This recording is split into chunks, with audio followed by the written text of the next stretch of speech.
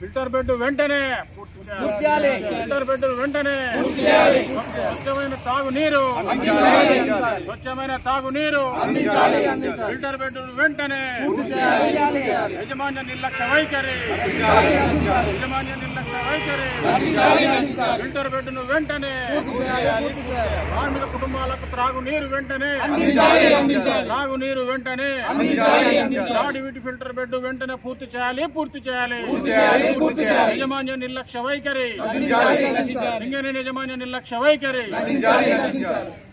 Singareni calls employees CITU ఆధ్వర్యంలో ఇలా నూతనంగా ఏర్పాటు చేస్తున్న గ్రావిటీ ఫిల్టర్ బెడ్ ను ఇన్స్పెక్షన్ చేయడం కోసం వచ్చినాం.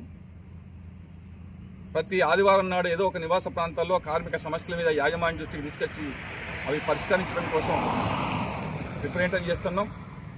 దాదాపుగా రిపెండ్ చేసిన ప్రతి అంశం కూడా యాజమాన్యం స్పందించి పరిష్కరిస్తుంది.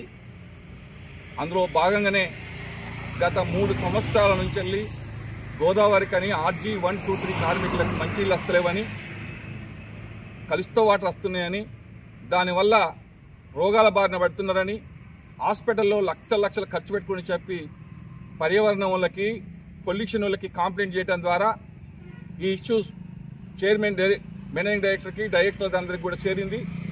సిఐటిగా దాదాపు కొన్ని వందల సార్లు జనరల్ మేనేజర్లకి డైరెక్టర్లకి మెమోరాండం ఇచ్చినాం, ప్రభుత్వం దృష్టికి తీసుకొచ్చినాం. దాని ద్వారా 2021 7వ నెల దీనికి నోటు మూవ్ అయింది. ఇది STP రెండుకి కూడా నోటు మూవ్ అయింది. 6/23 తారీఖు నాడు దీనికి డబ్బులు 20 కోట్లు శాంక్షన్ అయినాయి. STPకి 17 కోట్లు శాంక్షన్ అయినాయి. ఇది వర్క్ అవార్డు 24/1/2024 నాడు దీనికి వర్క్ అవార్డు వచ్చి వర్క్ స్టార్ట్ అయింది. దీని ఓపెనింగ్ అంటే వర్క్ అవార్డు చేసిన శంకుస్థాపన భూమి పూజ జరిగింది 16/3/2024 డైరెక్టర్ NVK శ్రీనివాస్ గారు దీన్ని ప్రారంభించిండు.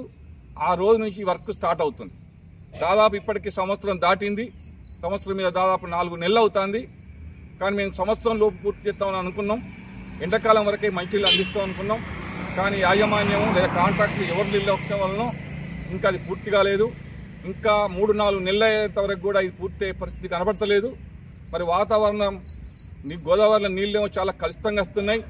గోదావరి ప్రాంతానికి సంబంధించిన డ్రైనేజ్ అంతా కూడా మొత్తం గోదావరిలో నీళ్లు లేకపోవడం వల్ల మొత్తం డ్రైనేజ్ డైరెక్ట్ అంతా కూడా ఫిల్టర్ బెడ్ దగ్గరికి వచ్చి ఇంకా RG 123కి పొల్యూషన్ వాటరే కలుషితమైన వాటరే పోతున్నాయి. కార్మిక కుటుంబాలు పడుతున్నాయని చెప్పి కార్మిక కుటుంబాలు ఇళ్లకి వెళ్ళినప్పుడు ఆందోళన వెలుపుస్తున్నారు. మేము సింగరేణి యాజమాన్యానికి విజ్ఞప్తి చేసి ఒకటే, సంతరికంగా మళ్ళీ వర్షాకాలం పోయి మళ్ళీ సమ్మర్ వచ్చే లోపే దీన్ని ఖచ్చితంగా ఓపెన్ చేయాల్సిన అవసరం ఉంది. ఇలా RG 123కి సంబంధించిన కార్మికులకు కూడా స్వచ్ఛమైన వాటర్ RG మొత్తం గోదావరి కనిలో అందియాలని చెప్పి మేము సిఐటిగా డిమాండ్ చేస్తూనే ఇవాళ చాలా యూనియన్లు, రాజకీయ పార్టీలు అన్నీ మేమంటే మేమని జబ్బలు తెచ్చుకుంటున్నాం. ఇది రావడానికి కారణం మేమే అంటున్నారు. మేము చెప్పదలుచుకున్నాం. ఈ పునాది రాయి వడనాడు దీన్ని ప్రారంభించే రోజు నాడు దీన్ని భూమి పూజ చేసినట్టు ఎవరు లేరు. ఇలా 4-3 సంవత్సరాల పోరాట ఫలితంగా సిఐటి పోరాటం చేస్తే ఇలా గోదావరికంలో చాలా ప్రాంతాలు, అది IB కాలనీ కావచ్చు, పౌరోజు కాలనీ కావచ్చు, గాంధీనగర్లో కావచ్చు, ఇలా డ్రైనేజ్ వ్యవస్థ, క్వార్టర్ రిపేరు, మంచినీళ్ళు అందుతున్నాయి. ఇలా గోదావరికి సంబంధించిన నీళ్లు ఫిల్టరేషన్ కూడా సిఐటి పోరాట ఫలితంగానే వచ్చినాయి. ఈ చుట్టుపక్కల రోడ్లన్నింటి కూడా మేము యాజమాన్యాన్ని దృష్టికి తీసుకొస్తే ఈ న్యాయమైన కార్మిక సంబంధించిన వెల్ఫేర్ కోసం ఖర్చు పెట్టాలని చైర్మన్ మేనేజింగ్ డైరెక్టర్ బలరాం గారు చొరవ వల్ల ఇవన్నీ శాంక్షన్ అయినాయి. హాస్పిటల్లో మిషన్లు కూడా ఇలా చైర్మన్ గారు ఆయన సానుకూలంగా స్పందించడం వల్ల కొన్ని మిషన్లు వచ్చినాయి. ఇప్పుడు కొత్తగా వచ్చిన డైరెక్టర్ చైర్మన్ గారు చొరవ వల్ల ఇప్పుడు పెద్దగా హాస్పిటల్లో అంటే మంచి డాక్టర్ లేని సందర్భంలో స్పెషలిస్ట్ డాక్టర్ రావడానికి కూడా మొత్తం నోటిఫికేషన్ ఇచ్చింది. అంటే సింగరేణి కాలేజ్ ఎంప్లాయీస్ సిఐటియు కార్మికుల నిరంతరం వెల్ఫేర్ యాక్టివిటీ మీద, హెల్త్ మీద, మంచి అన్నిటి మీద విరామం లేకుండా 4 సంవత్సరాల పోరాట ఫలితంగా వస్తే ఇవాళ ప్రారంభోత్సవాలకు వచ్చే సందర్భంలో ఇలా రాజకీయ పార్టీలు కానీ, ట్రేడ్ యూనియన్లు కానీ, ముఖ్యంగా INTC ఇలా మొత్తం మెమోరాండాలు, చాలువలు కప్పి అన్ని నేనే తీసుకొచ్చిన అంటారు. ఒక్కటంటే ఒక్క మెమోరాండం ఇచ్చే సందర్భాలు చూపించండి. ఎక్కడన్నా ఒక పోరాటం ఇచ్చే సందర్భం చెప్పండి. మేము GM ఆఫీసు నిరాలు తీసిన మంచిలు కావాలని ఫిల్టర్ పెట్టి వెంటనే నిర్వహించాలని చెప్పి నారాయణ గారు GM గారు ఉన్న సందర్భంలో మా గొడవ తట్టుకోలేక నోటు మూవ్ అయింది. అప్పుడు చైర్మన్ గారు డైరెక్టర్గా ఉన్నారు, ఆయన ఒప్పుకోవడం వల్ల ఇది ఇలా సన్నద్ధం అవుతుందన్న విషయాన్ని గుర్తుపెట్టుకోవాలి. మేము చెప్పదలుచుకున్నాం, ఎవరో చేసిన దాన్ని గొప్పలు చెప్పుకుంటే లబ్ధి పొందడం కరెక్ట్ కాదు.